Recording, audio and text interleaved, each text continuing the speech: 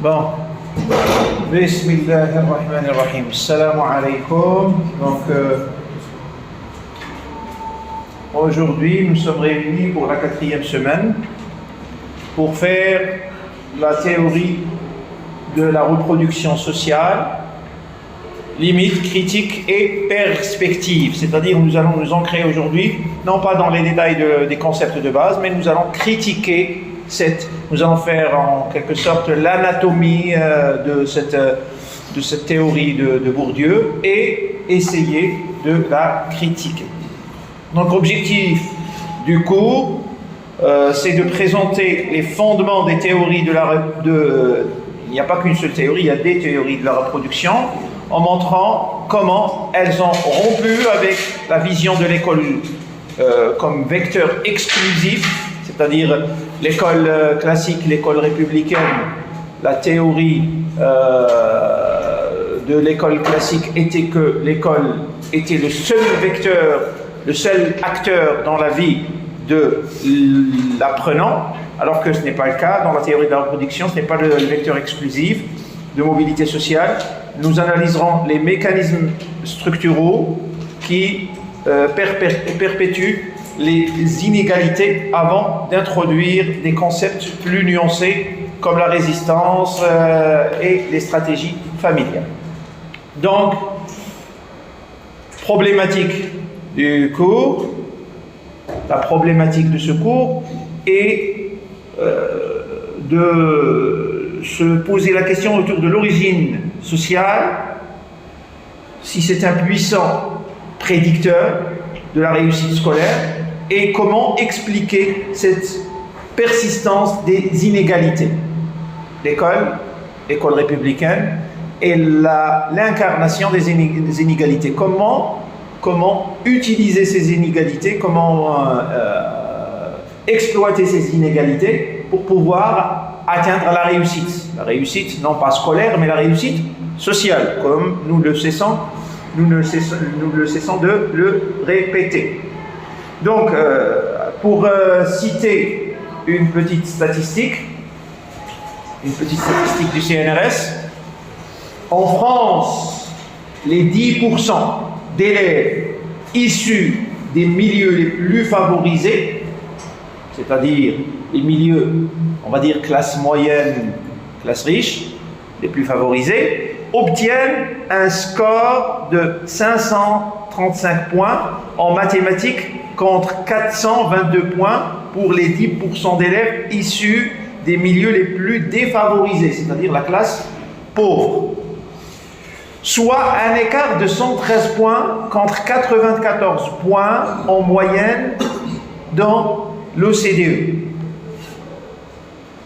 Donc, c'est une statistique du ministère de l'Éducation nationale, pas du CNRS, donc, et de la jeunesse. Donc, vous voyez bien que l'écart n'est pas si grand que ça.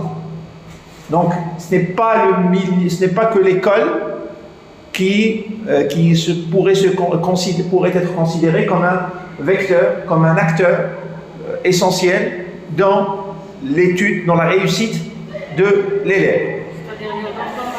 Il y a d'autres facteurs, nous allons les voir.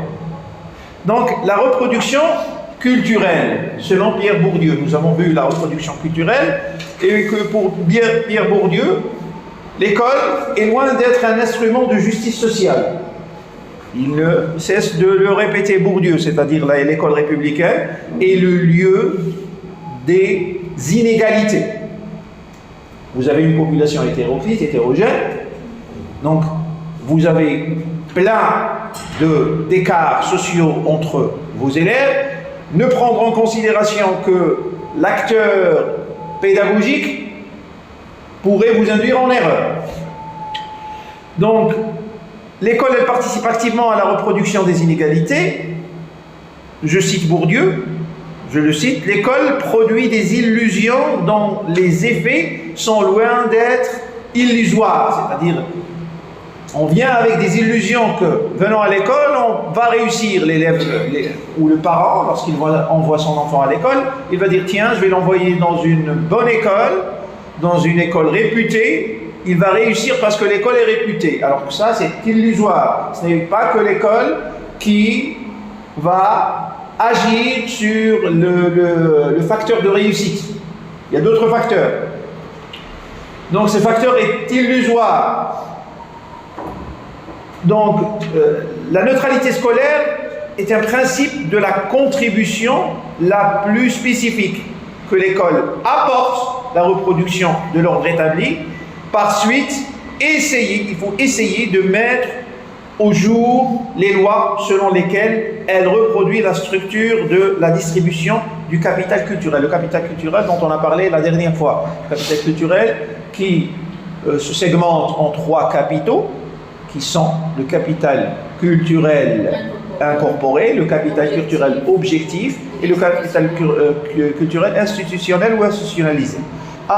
Le capital culturel, pour ceux qui n'étaient pas là, le capital culturel incorporé, c'est-à-dire ce sont l'ensemble des connaissances de la culture que l'élève vient avec, c'est-à-dire que son père soit quelqu'un d'intellectuel, il va venir avec des connaissances qui ne sont pas égales à celles d'un enfant d'ouvrier, par exemple.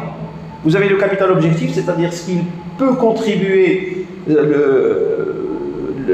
dans sa culture, ce qui est de l'ordre matériel, c'est-à-dire livres, enregistrements, films, tout ce qui est de l'ordre du matériel, c'est-à-dire ce qu'il acquiert dans sa maison. Ce qu'il a dans sa maison, par exemple, il a un PC alors que d'autres n'en ont pas. Il a des outils dans sa maison, des outils pédagogiques que les autres élèves d'autres classes n'en ont pas. Par exemple, ça relève du capital objectif, c'est-à-dire les moyens pédagogiques, ce qu'il peut avoir comme outil pédagogique. On peut lui acheter une belle calculatrice, de bonnes affaires scolaires, de jolies affaires scolaires qui le motiveront. D'accord? Incorporer, c'est non, incorporer, c'est ce qui est de l'ordre de l'intellect. Ce qui est de l'ordre de l'intellect, c'est-à-dire ce que ses parents lui ont appris dans la maison. Ce qui vient avec, avant que l'enseignant ne lui apprenne quoi que ce soit. Par exemple, qu'il connaisse que l'enfant d'un homme, de parents cultivés ou de parents intellectuels peut venir avec des connaissances culturelles qui dépassent les communs, qui dépassent ses camarades, ses pairs. D'accord? Ses pairs, c'est-à-dire les pairs. P-A-I-R. Hein? Donc, pas comme un enfant d'ouvrier. Ce n'est pas un cliché, mais généralement, on pourrait avoir un enfant d'ouvrier qui a un capital culturel. Qui a un capital culturel. Mais, généralement, ce sont les enfants d'intellectuels, les enfants de parents de certaines classes qui ont un capital culturel incorporé plus important que les autres élèves.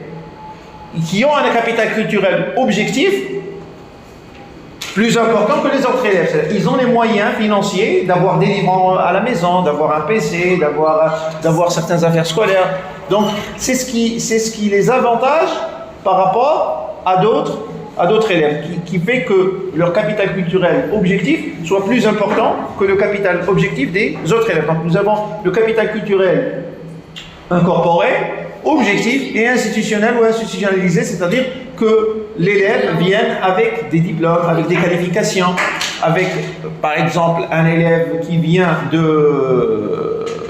viendrait du moyen devrait avoir un BEM, alors que d'autres n'ont pas eu leur BEM.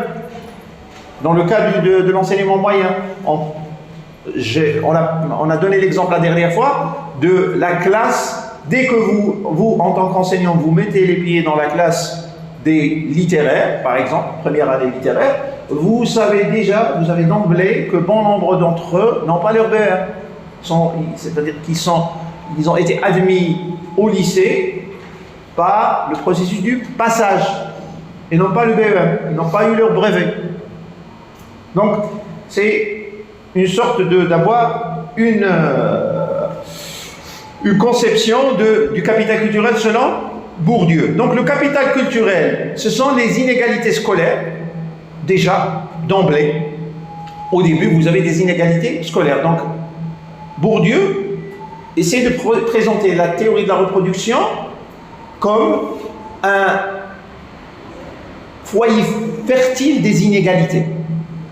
Il te dit que, déjà, lorsque tu viens en classe, tu as une société hétérogène avec des capitaux culturels inégaux.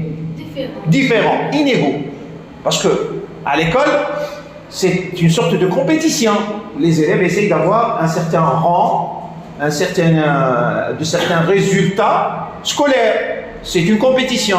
Une compétition, normalement, est censée être sur une part d'égalité. Chaque compétiteur doit avoir les mêmes, ou a le droit d'avoir les mêmes moyens que son rival. D'accord? Mais à l'école, on est mis dans un climat de compétition, entre guillemets bien sûr, mais vous commencez déjà avec des inégalités sociales. Des inégalités sociales de par le capital. L'enseignant doit considérer, doit prendre en considération ces inégalités sociales de par le capital culturel, le capital incorporé, le capital objectif, c'est-à-dire il doit scruter sa classe et voir quel élève a le meilleur. D'abord, la première question de la première rencontre, ton père fait quoi, est très importante. Est très importante. On doit avoir le profil social de l'élève.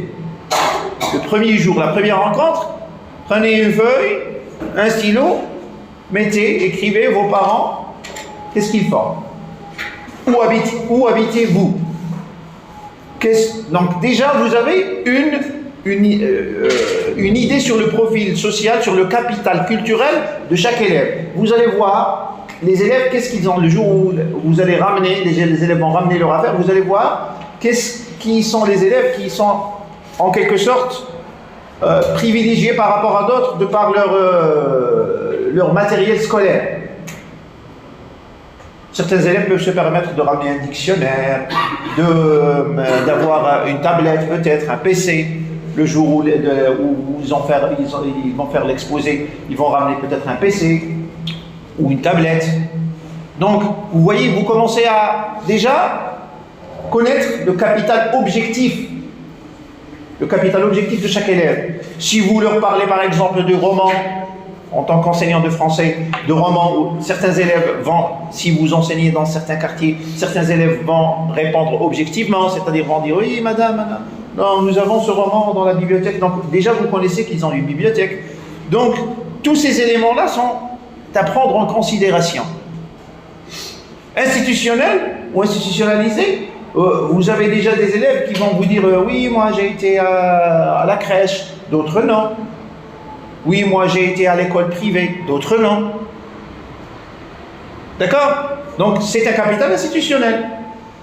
Tout ce capital, ces trois strates ou ces trois types de capital vont influencer le niveau scolaire de l'élève.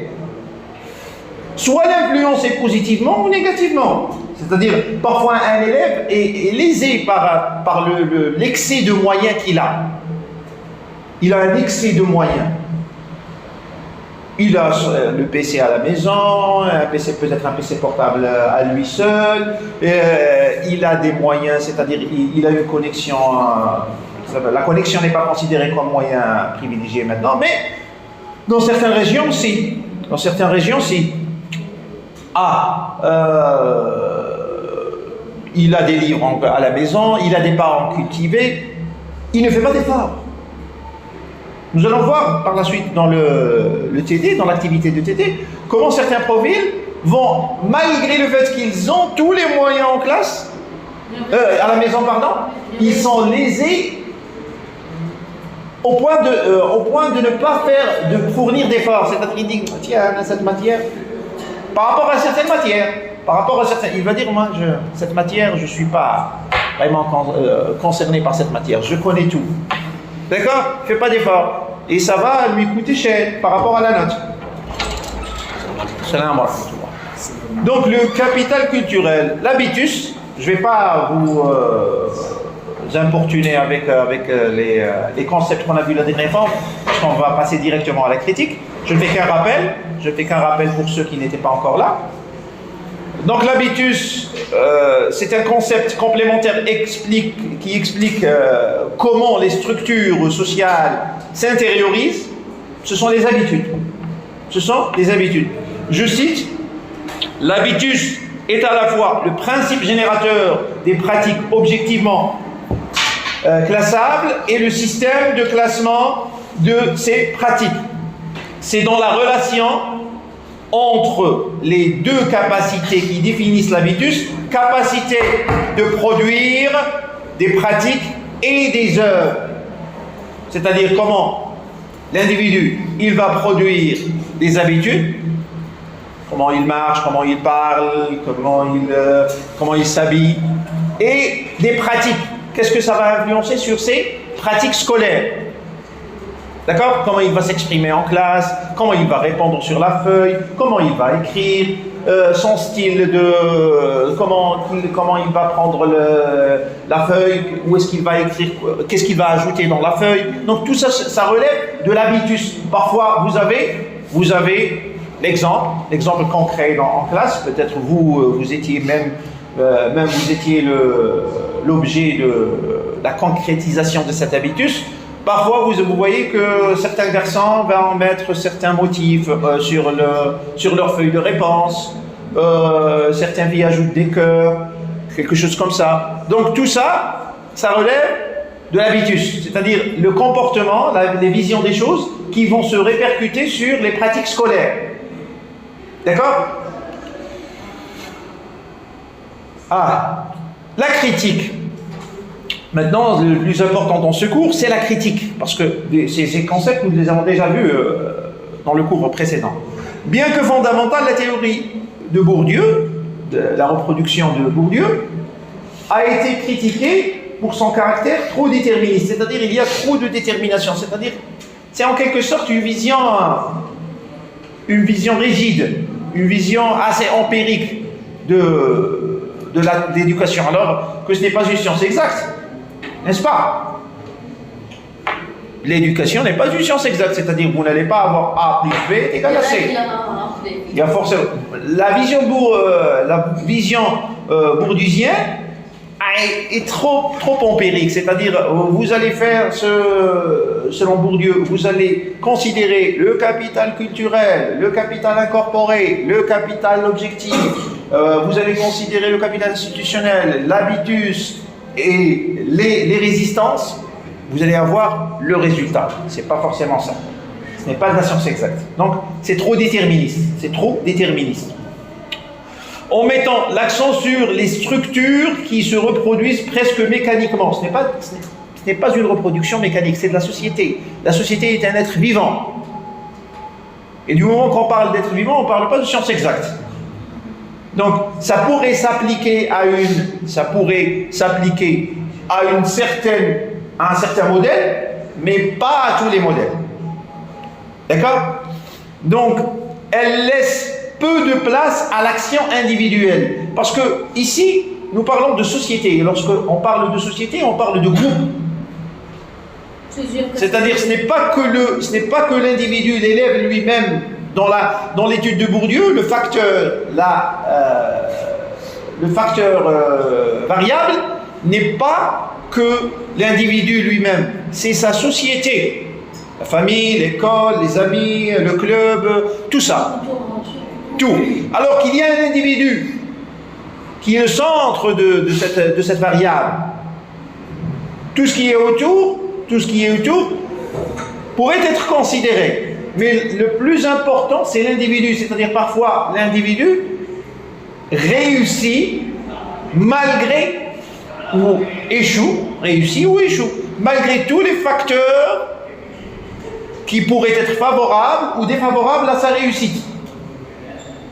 Donc, il y a un élément à prendre en considération qui est l'individu. Donc, il faut voir non pas seulement le capital, parce que lorsqu'on parle de capital, on parle de facteurs extérieurs à l'individu.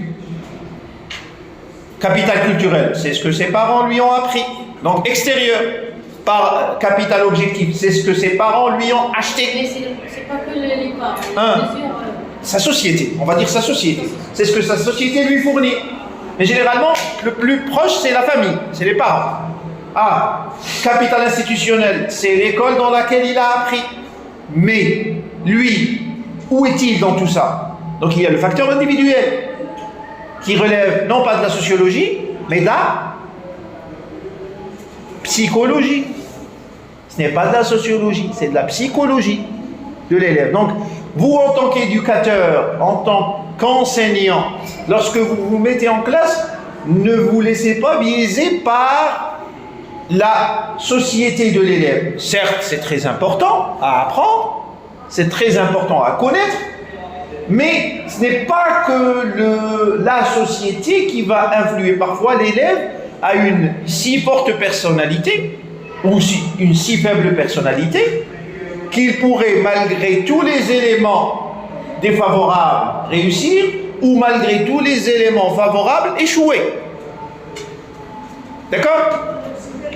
Donc il faut prendre l'action individuelle. À la possibilité de changement, les acteurs semblent prisonniers, les acteurs de Bourdieu, capital, habitus, résistance, semblent prisonniers de leur habitus et de leur capital culturel, c'est-à-dire l'acteur, l'individu, l'élève. Selon Bourdieu, est très attaché.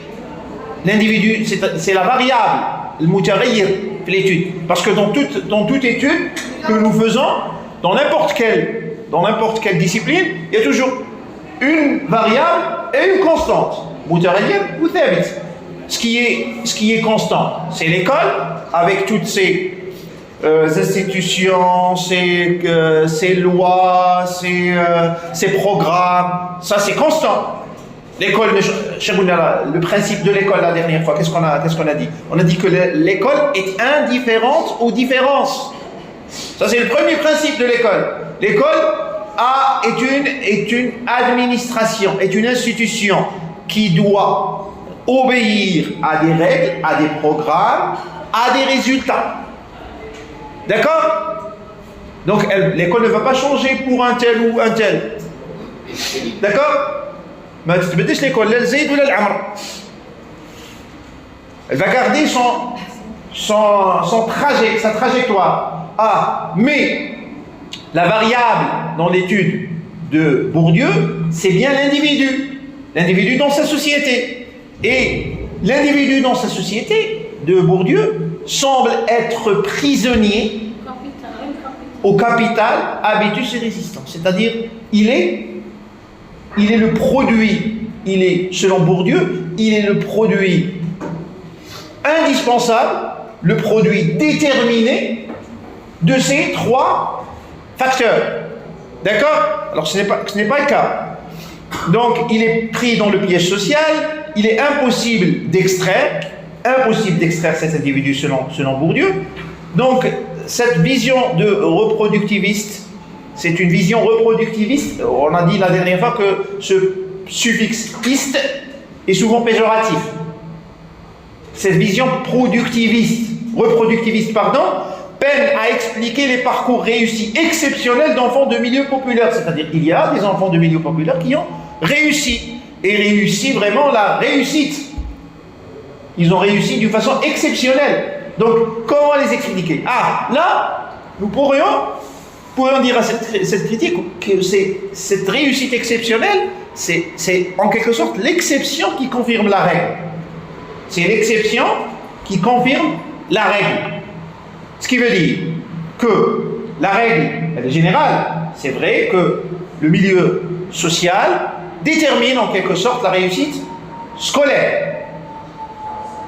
Les enfants d'intellectuels réussissent souvent à être des intellectuels, à devenir des intellectuels. Les enfants de milieu populaire échouent souvent scolairement, je veux dire, d'un point de vue scolaire strict, d'accord, échouent souvent pour devenir à leur tour des ouvriers, des individus de classe ouvrière. Mais il y a des exceptions. Il y a des exceptions où Zabek, viens ici mon ami. D'accord? Ici, dans la première table. Donc, je disais que c'est une règle où il y a des exceptions. Mais est-ce que réellement nous, en tant qu'individu, en tant qu'éducateur, en tant qu'éducateur, en tant qu'homme, est-ce que nous avons le droit d'accepter cette fatalité? Non. Parce que s'il s'agissait de nos enfants,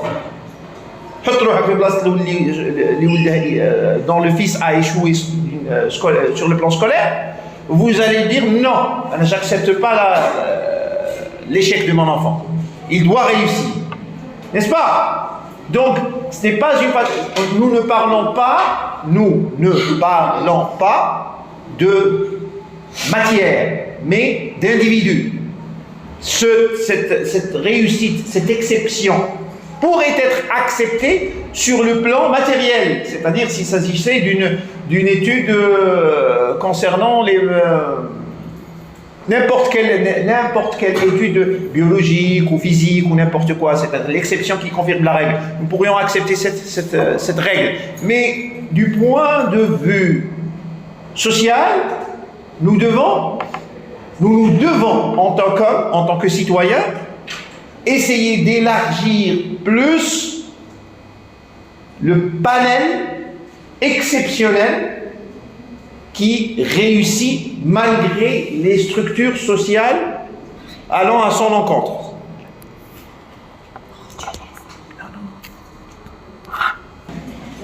Donc, continuons. Maintenant, il y a, s'il vous plaît, ce que nous reprochons à la théorie de Bourdieu. Premièrement, nous avons un déterminisme structurel. Le modèle de Bourdieu présente la reproduction sociale comme un processus quasi mécanique. C'est-à-dire, tu as ces données, tu as forcément ces résultats. Tu es fils d'intellectuel, tu finiras forcément intellectuel. Tu es fils d'ouvrier, tu finiras forcément ouvrier, en quelque sorte. Et bien, ce n'est pas aussi schématique que ça. Quasi mécanique où l'habitus, le capital culturel détermine à l'avance les trajectoires scolaires. Ça, on ne devrait pas accepter en tant qu'éducateur. C'est-à-dire, lorsque tu viendras en classe, tu vas dire tiens, ce sont des enfants analytiques, les parents, tiens, un maçon, un plombier, non, ça va, c'est comme jamais. Non. Bourdieu la voit ainsi. C'est vrai que le capital, en tant qu'éducateur, ton rôle en tant qu'éducateur est d'investir dans ce capital culturel et d'essayer de produire un capital culturel pour ceux qui n'en ont pas ou qui ont un capital culturel en carence. Essaye d'aider tes élèves. L'école se doit d'aider les élèves. C'est-à-dire, si un élève n'a pas de capital objectif, c'est-à-dire n'a pas de livres, n'a pas de moyens pédagogiques, c'est à l'école de lui fournir. Pas dans la même mesure, pas dans les mêmes dimensions que pourrait lui fournir un parent riche, mais au moins qu'il ait le minimum. C'est-à-dire, une école devrait fournir des ateliers, par exemple, d'informatique. Normalement, chaque école, chaque CEM, chaque lycée a un laboratoire informatique, n'est-ce pas? À chaque lycée, chaque CEM, chaque établissement a une bibliothèque, n'est-ce pas? Donc, nous avons un capital objectif, le minimum qu'il puisse être, à fournir à l'élève. Donc, partir de ce postulat que l'élève, du moment qu'il a un capital, il finira forcément le produit de ce capital, c'est faux. C'est trop déterministe. C'est une vision trop matérielle de l'éducation. C'est pas vrai.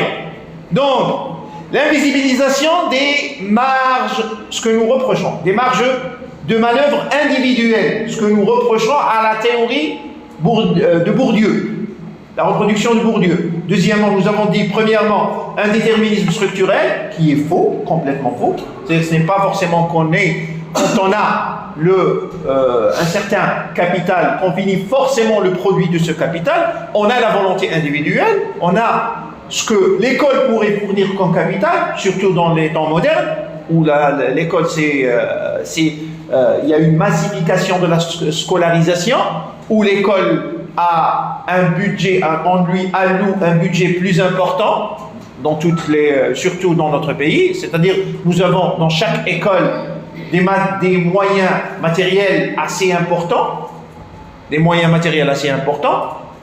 Nous avons dans chaque école des laboratoires informatiques, une bibliothèque, des ateliers, un laboratoire. Donc l'école lui fournit déjà le minimum de l'objectif et un niveau assez élevé du capital incorporé.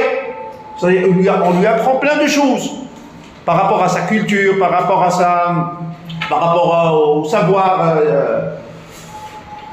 différent, d'accord, généraux. Donc je continue. L'invisibilisation des marges de manœuvre individuelles, se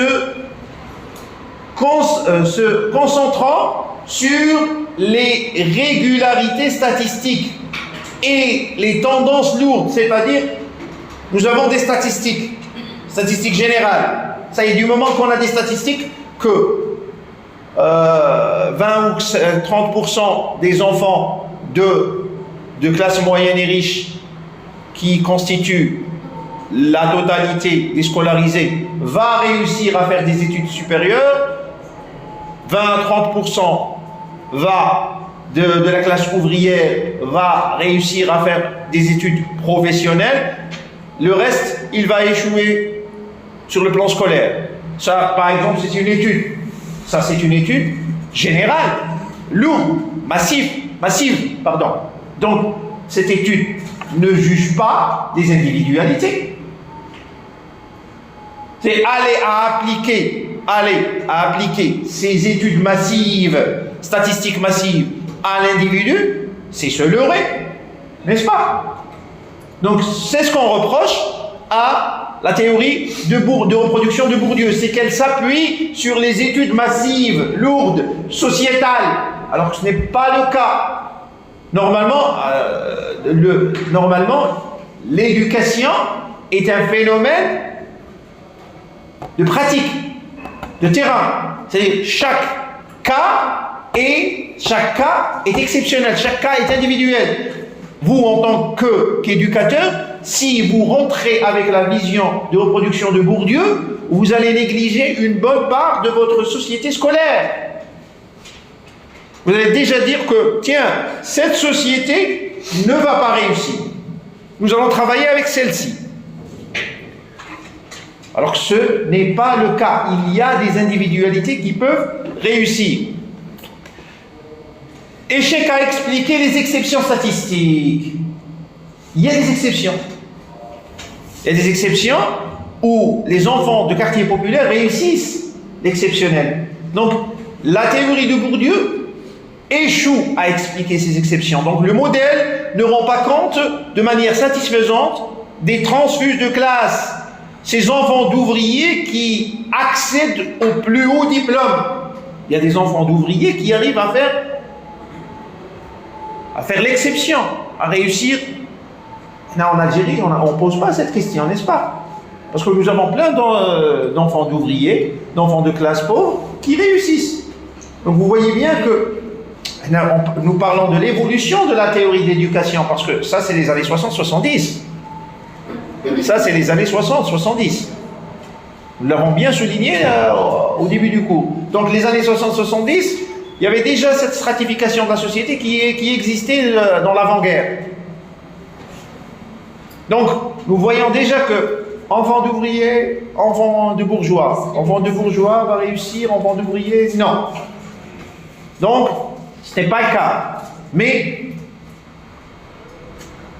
il y a des éléments à prendre en considération. Ce que nous reprochons aussi à la théorie de Bourdieu, de reproduction de Bourdieu, c'est la circularité du raisonnement. C'est un raisonnement circulaire. C'est-à-dire, moi je ne dis que vrai, j'ai dit ça, donc je dis vrai. أنا نقول الصح أنا نقول غير الصح أنا قلت لك ذا ثم أنا نقول غير الصح. Oui, le premier argument,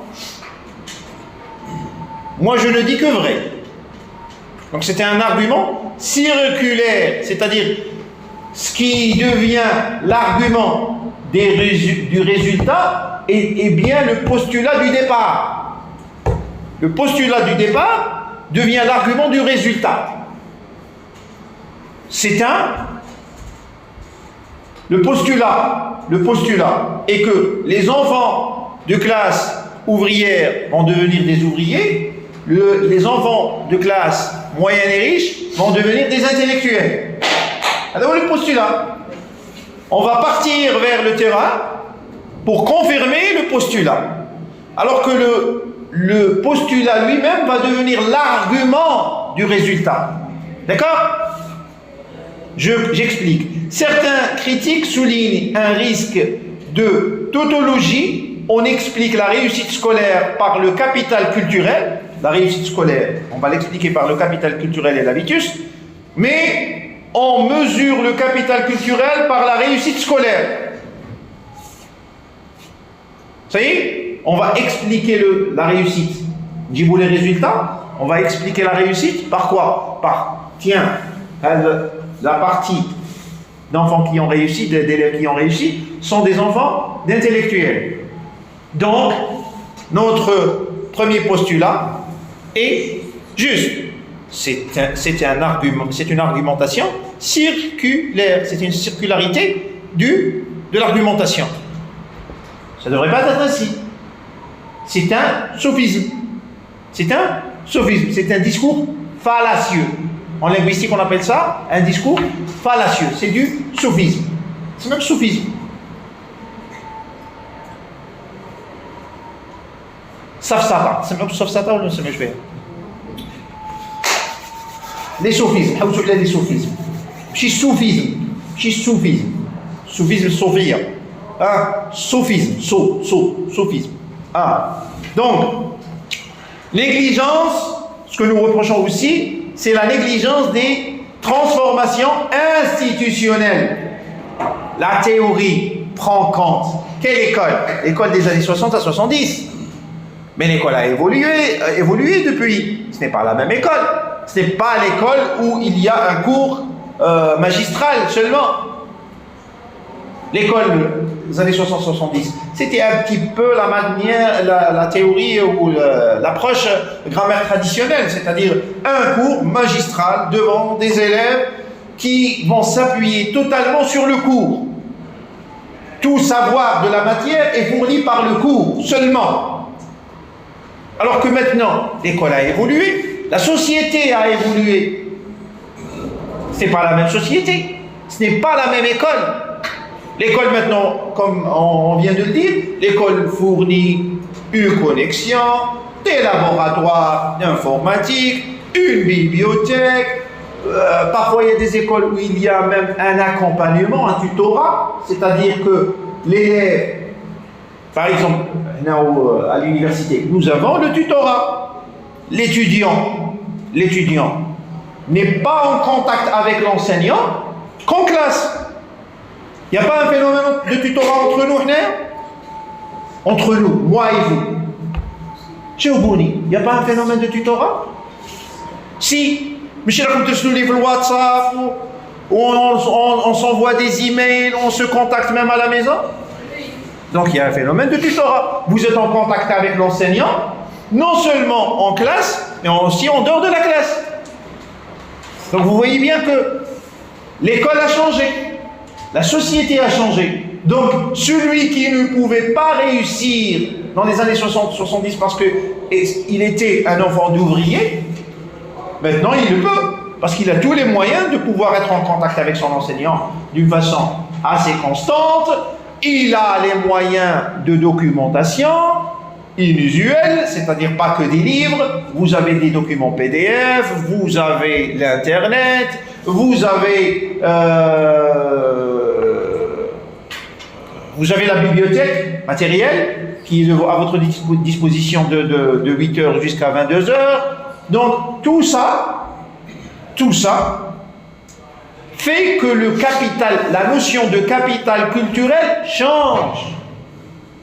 Elle ne reste pas que sur le plan sociétal, micro-sociétal de l'individu, mais sur un plan assez large, macro-sociétal.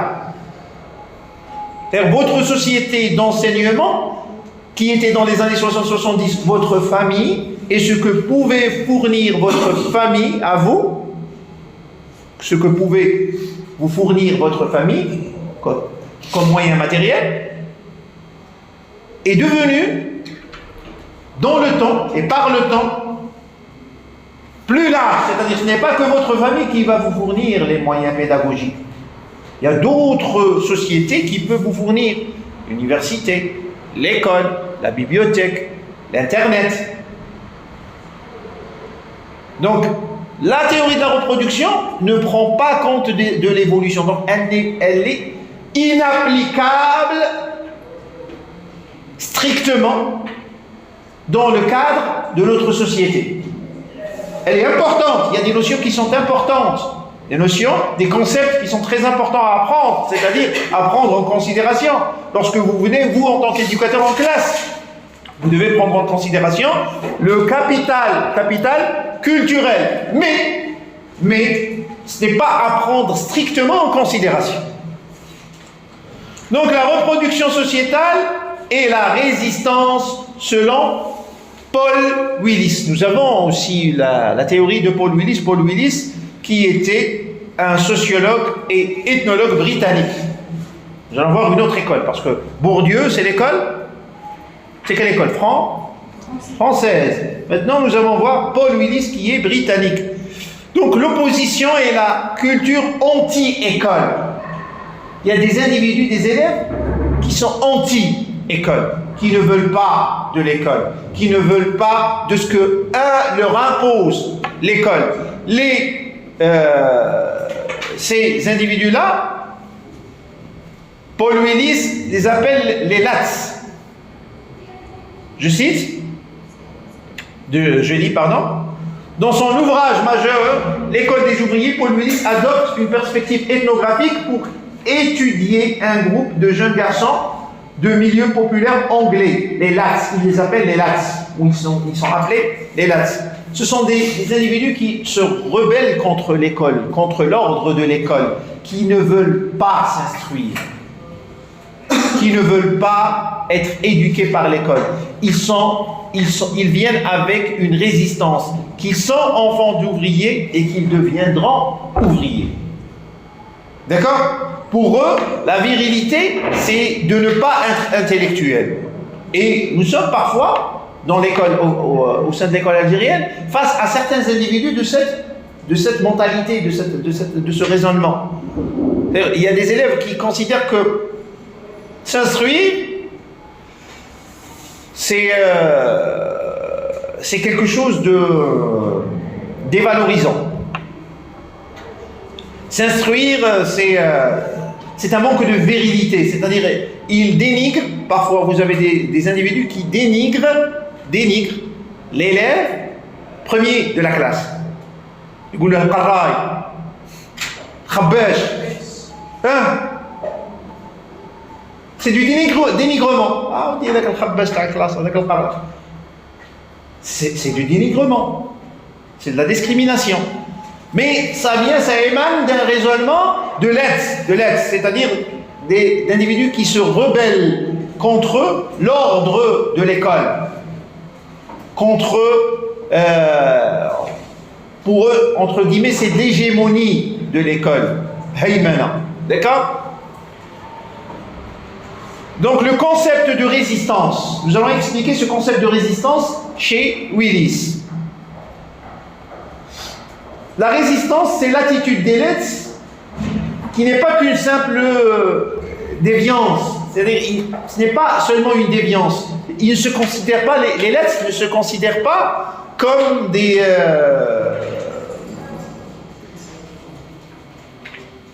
on va dire...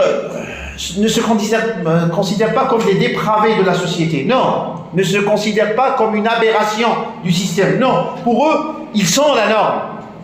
C'est eux la norme. Pour eux, c'est une éthique. C'est une façon... Il y a certaines sociétés, de certains quartiers, alhamdoulilah, mais certains quartiers populaires où il y a vraiment des quartiers populaires défavorisés, où il y a un certain mode de vie basé sur la violence, basé sur la misère, où il y a un mode de vie assez pauvre, assez misérable, l'enfant crée une certaine rigidité, une certaine résistance à l'ordre. Une certaine résistance à l'ordre. Et cette résistance va devenir la norme, va devenir l'éthique pour lui. C'est comme un gang. Comme un gang. Vous connaissez les gangs? Je mets âgé au bout, le reste c'est pas si long. Hein? Isaba, d'accord. Donc l'enfant vient à l'école avec la mentalité du gang, la mentalité de la bande, la mentalité de la mafia, entre guillemets. D'accord? Il va se dire, cet ordre de l'école, c'est une aberration. L'éthique, c'est nous. L'éthique, c'est notre ordre. Donc il va résister à l'éducation. Et pour lui, c'est la norme. Il va dénigrer celui qui obéit, dénigrer celui qui réussit. Donc les lattes, pour faire le diagnostic, c'est ça, les lattes. Donc, c'est une forme de contestation, une pénétration partielle de l'idéologie méritocratique. C'est-à-dire une aberration de la méritocratie. Une aberration de la méritocratie. Elle voit clairement que l'école ne leur offrira pas la mobilité sociale promise. C'est-à-dire pour eux, la réussite, ce n'est pas l'école.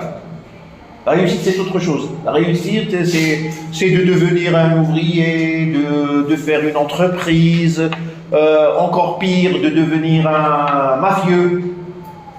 D'accord? Donc, pour eux, le modèle de réussite est l'anti-modèle de l'école. L'anti-modèle de l'école. Donc, la critique, l'analyse de Willis, bien que novatrice, c'est-à-dire elle a apporté un nouveau modèle que l'école de Bourdieu ne reconnaissait pas, ne diagnostiquait pas dans la société, d'accord? L'école de Willis, bien que novatrice, a été critiquée pour son possible romantisme vis-à-vis à la culture populaire. C'est-à-dire, Willis a classé, a détecté dans la société une certaine classe. Mais cette classe, on va dire que, avec la même logique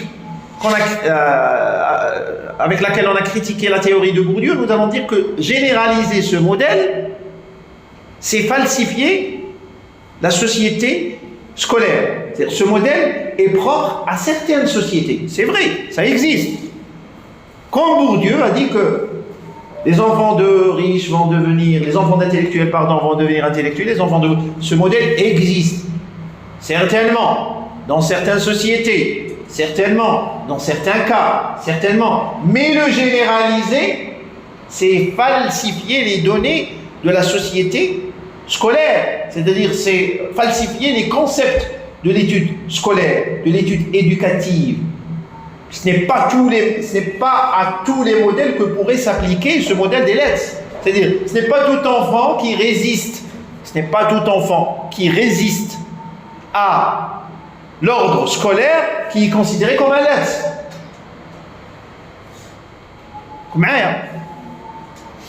Les enfants qui réussissent à l'ordre scolaire, on peut les considérer comme un lettre. Un lettre, c'est-à-dire celui qui croit que vous venez lui imposer, vous en tant qu'éducateur, vous venez lui imposer un ordre qui n'est pas l'ordre correct. L'ordre correct, l'éthique correcte, c'est l'éthique de la réussite selon sa société. C'est-à-dire pour lui, sa société réussir, pour sa société réussir, c'est devenir un entrepreneur, c'est devenir un ouvrier, c'est devenir un brigand. Mais est-ce que réellement ce modèle s'applique à tous les enfants qui affichent une résistance? Non. Ils affichent peut-être une résistance sur le plan individuel, non pas sur le plan sociétal. C'est-à-dire, il ne comprend pas. L'enfant part, de par son caprice enfantin, va afficher une résistance à certaines études qu'il ne comprend pas. Mais c'est pas correct pour moi. Je finirai ouvrier comme mon père. Je finirai agriculteur. Je voudrais devenir... ce n'est pas mal en soi. Ce n'est pas mal en soi. C'est-à-dire, vouloir devenir ouvrier ou vouloir devenir agriculteur, ce n'est pas le mal en soi. Non. Le mal, c'est de résister à l'apprentissage. Le mal, c'est de résister à l'apprentissage. Parce que même par rapport au fait de devenir ouvrier ou agriculteur ou plombier ou n'importe quel métier, avec tout le respect qu'on doit à tous les métiers, l'apprentissage est indispensable. C'est toujours un facteur, c'est toujours un acteur indispensable, essentiel à n'importe quel métier vous pourriez exercer dans l'avenir. Donc le problème, c'est que l'enfant résiste à l'apprentissage. Il faudrait comprendre, le classer selon Willis directement dans la classe LATS, c'est faux. Parce que cette classe, ce phénomène, ce symptôme, ce syndrome ne pourrait s'appliquer qu'à certaines sociétés, on va dire, très défavorisées. Parce que britannique, il a fait ses études à Liverpool, à Manchester, là où il y a vraiment des quartiers très défavorisés, des quartiers qui ne mangeaient pas à leur faim. Très défavorisés, vraiment mafieux, c'était vraiment l'Angleterre, la Grande-Bretagne des années 60-70, c'était vraiment la décadence. D'ailleurs, ça l'est jusqu'à aujourd'hui. Allez voir la société de Manchester et de Liverpool dans les années 60-70, c'était vraiment l'Afrique blanche. Donc allez appliquer ce modèle à tous les modèles, c'est faux. Ah. Donc stratégie familiale. Maintenant nous revenons dans la micro-société qui est la famille. Stratégie familiale et nouvelle réalité scolaire. Donc les stratégies familiales de choix scolaire, comment la famille, s'il vous plaît, comment la famille choisit l'école, comment la famille voit la meilleure école pour leur enfant. Et là, nous allons voir Agnès Van Zanten, qui est une sociologue française, qui va déterminer les stratégies familiales comme éléments qui développent des familles, les familles développent des stratégies, les familles développent des stratégies actives pour choisir une école. Quelle école? Quelle est la meilleure école? Ces stratégies varient selon les ressources culturelles, sociales, économiques.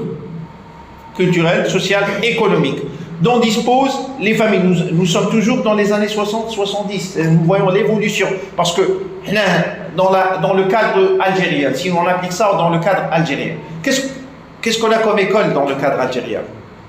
Comme variété d'écoles, comme type d'école? L'école privée. Nous avons l'école populaire et l'école privée. L'école républicaine et l'école privée. Ah, généralement, les enfants de riches, les enfants de classe moyenne, si ça existe encore, je ne sais pas, et la classe riche, vont faire quoi? Vont opter pour l'école privée. Est-ce, à votre avis, je pose la question, à votre avis, pour ceux qui connaissent l'école privée, qui connaissent la scolarisation au sein de l'école privée, l'école privée est-elle vraiment meilleure? Nous allons rester dans le contexte bélabésien. Donc, on n'est pas l'Abbasi. D'accord? Restons dans le contexte bélabésien. Dans le contexte bélabésien, vous connaissez certaines écoles privées. Écoles flanières, sans citer de nom. D'accord? Sans citer de nom. Vous connaissez des écoles privées. Des écoles privées qui font de la scolarité. Chez les écoles privées, non pas les écoles privées qui font des cours du soir. Non, des écoles privées qui font de la scolarité. Ils disent que يدخلوا عندهم l'élève, mais première année, il faut deuxième année, il faut troisième année, il faut le primaire, il faut le moyen, il faut le secondaire. Il y a des écoles qui font de la scolarité, mais ils sont peu. Je crois qu'il y a 2 ou 3. Il y a 2. Il y a 2 écoles qui font de la scolarité. Connaissant de près ces écoles, est-ce que vous croyez réellement que ces écoles sont meilleures à l'école républicaine? Non. Pourtant, nous avons tous la conviction que ces écoles, ne sont pas meilleures, sont très inférieures à les écoles républicaines, à n'importe quelle école. Ne fournissent pas, pour être franc, la majorité de ces écoles, si majorité, ce sont en gros 2 écoles. Ces 2 écoles, les 2 écoles, ne fournissent pas l'enseignement adéquat qui pourrait être à la hauteur de la plus, on va dire, la plus banale école républicaine. Pourtant, les enseignants ne sont pas choisis dans l'ordre du mérite, ils sont choisis dans l'ordre du disponible. C'est vrai, c'est des enseignants. C'est-à-dire un enseignant au chômage qui pourrait prendre des miettes va venir rien que pour ne pas rester au chômage. D'accord? Dans ce cadre-là, n'importe quel parent pourrait dire non, je n'opte pas pour l'école privée, moi je prends mon enfant pour l'école populaire. N'est-ce pas? Pourtant, il y a des enfants qui sont scolarisés dans ces écoles. Les enfants de qui? Les enfants de flan, enfants de pharmaciens, enfants de médecins, enfants d'entrepreneurs, enfants. Donc, d'une certaine classe. N'est-ce pas? À votre avis, pourquoi ces parents optent pour l'école privée alors que l'école populaire est bien meilleure? Ça détermine une classe sociale. C'est une classe, c'est-à-dire, c'est un ornement, c'est un titre. C'est-à-dire je choisis l'école privée, je vais chaque jour, quotidiennement venir déposer, ou ma femme va venir déposer mon enfant à l'école pour que les autres voient que mon enfant est scolarisé dans une école privée, que mon voisinage, ma famille, tout, c'est-à-dire mon enfant n'étudie pas, n'est pas scolarisé dans la même école que le commun des mortels. Donc, la stratégie, ici, c'est une stratégie sociale. C'est une stratégie sociale. C'est loin d'être une stratégie pédagogique. D'accord? C'est loin d'être une stratégie culturelle. D'accord? Donc, Agnès Manzatel va dire que les stratégies changent, les stratégies de chaque famille changent. Donc le choix de la scolarité, parce que c'est un choix des parents. C'est un choix des parents, pas un choix des enfants. Même dans l'école populaire, même dans l'école populaire, vous allez trouver que certains vont scolariser leurs enfants Par exemple, j'habite à Ben Hamouda, je ne vais pas scolariser mon enfant lycée HH ou la Smeli ou le Nedjadi ou là. Je vais le prendre où? Lycée Flani. Enal ou la Azza ou la. Ça y est, vous voyez bien que le choix n'est pas. Cela ne veut pas dire que ces lycées HH ou Nedjadi sont des lycées moindres par rapport aux autres. Non, il y a des enseignants très compétents dans les deux lycées. Mais c'est un choix social, c'est-à-dire mon enfant n'est pas scolarisé dans un quartier populaire, il est scolarisé dans un quartier de résidentiel. Même si lui habite dans un quartier populaire. Donc ici, ce n'est pas un choix. Parfois, c'est le choix de l'enfant. Non, je n'étudie pas pour le Ben Hamouda, non, je vais étudier à le bled ou le maqam.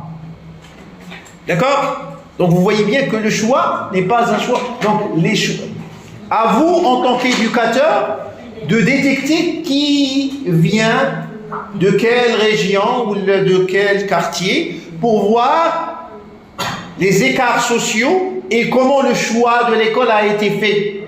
Comment le choix de l'école a été fait. Donc dont disposent les critères, les stratégies dont disposent les familles qui sont des stratégies culturelles, sociales ou économiques. Les classes moyennes et supérieures sont plus contournées vers une carte scolaire, d'activer des réseaux de connaissances, c'est-à-dire là, je vais scolariser mon enfant, là où je vais trouver un réseau de connaissances.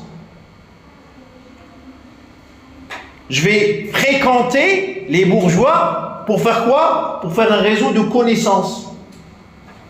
Mon enfant va être scolarisé dans un quartier de bourgeois. Je vais fréquenter le fils du commissaire, le fils du maire, le fils du wali. Donc, parfois, c'est ce choix qui motive, non pas le choix pédagogique culturel.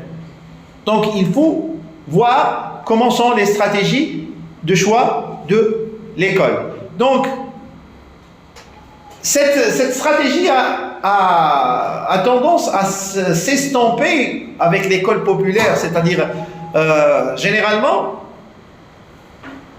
même appliquant ça au contexte algérien, au contexte bélabésien, nous n'avons pas d'école de bourgeois et d'école de classe populaire.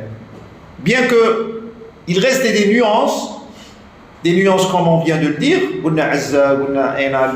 ce sont des quartiers où ils sont réputés pour que les enfants de telle classe soient scolarisés dans ces écoles, que ça pousse certains à tenter de scolariser leurs enfants dans ces écoles, dans ces lycées.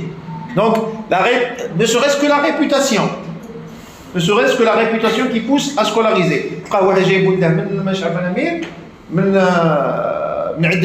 سكولاريزي في انار دير له ريزيدونس كيقول له في لابريفير ولا دخل الانار علاه يقول لك نو انار يقروا فيه غير ولاد دي كالكان باسكو وقت فات كان ان سيغتان بروفيسور سون سيتي دو نون كان هذاك لو بروفيسور وقت فات هذاك لو بروفيسور il est à la retraite. Lorsque c'était un certain proviseur, il a choisi de ne pas accepter en dessous d'une certaine moyenne que les enfants d'une certaine classe moyenne se sont retrouvés convergés vers ce lycée. Donc il a eu cette réputation. Ce n'est plus le cas. Ça y est, elle a gardé cette réputation. Donc vous voyez que le choix se fait, le choix de l'école se fait selon certaines affinités. Nous parlons du choix familial. Se fait selon certaines affinités, non pas certaines affinités. نكرهوا فروحنا قدامي اروح حبيبي اروح ساعتي هذا مشيت جبت الروح وقعدت اروح bien. Déjà que c'est ta première séance. Donc vous voyez bien que le choix n'est pas pédagogique. À vous de détecter.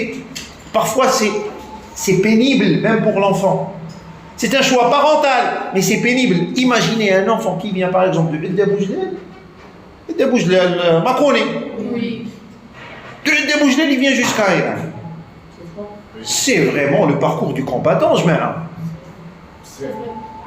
C'est pénible. Alors que c'est un choix parental, c'est-à-dire pour lui, le parent, pour lui, son enfant doit avoir la meilleure école. Mais il n'y a pas que le choix de l'école qui est important. Il y a aussi le confort de l'élève, le confort de l'enfant. Peut-être que il fait un trajet de 5 ou 6 km quotidiennement, aller-retour. C'est pénible. Donc il faut prendre en considération que certains choix familiaux sont des choix aberrants, qui ne sont pas dans l'intérêt de... Et c'est un facteur d'échec. C'est un facteur d'échec. Parfois le choix familial est un facteur d'échec. Donc, la critique, ça y en a pas comme l'eau. La critique, si l'approche par les stratégies familiales a le mérite, c'est-à-dire il faut prendre ce que Bourdieu n'a pas pris en considération, ce que Willis n'a pas pris en considération, Agnès Van Zanten l'a pris en considération, c'est-à-dire il y a aussi un facteur d'échec qui est le choix, la stratégie du choix familial. C'est un facteur d'échec que souvent on ne prend pas en considération. Parfois, comme un exemple, parfois tu habites un quartier populaire. Même si tu habites un quartier populaire, je connais certains cas. Je vais parler, partons de ce cas. Une voisine que je connais a pris son enfant sous le prétexte que son enfant n'a pas réussi à avoir de bons résultats dans une école populaire, école républicaine, et l'a intégré à une école privée. Elle n'a pas pris mon conseil. Si elle aurait pris mon conseil, je lui aurais dit d'accord, marche. Elle a pris son enfant et elle l'a mis dans une école privée. Dans cette école privée, il y a des enfants de qui? Il y a des enfants de pharmaciens, d'une certaine classe sociale assez aisée financièrement. Qui voulons assez aisé financièrement, tu vas mettre ton enfant. Ce facteur de choix social est très très très important. Non pas très important que de par la distance qu'il parcourt. Non, même parfois tu le poses dans une société, tu mets ton enfant dans une société qui n'est pas la sienne, qui n'est pas la tienne même. C'est-à-dire, lorsque ton enfant va se mettre, un enfant de 12-13 ans, au moyen, à l'enseignement moyen, il va se mettre dans cette société, tu es un salarié ou un petit commerçant, dans le cas de cette femme. Elle a pris son enfant, elle a un petit commerce, cette femme. Elle a mis son enfant dans...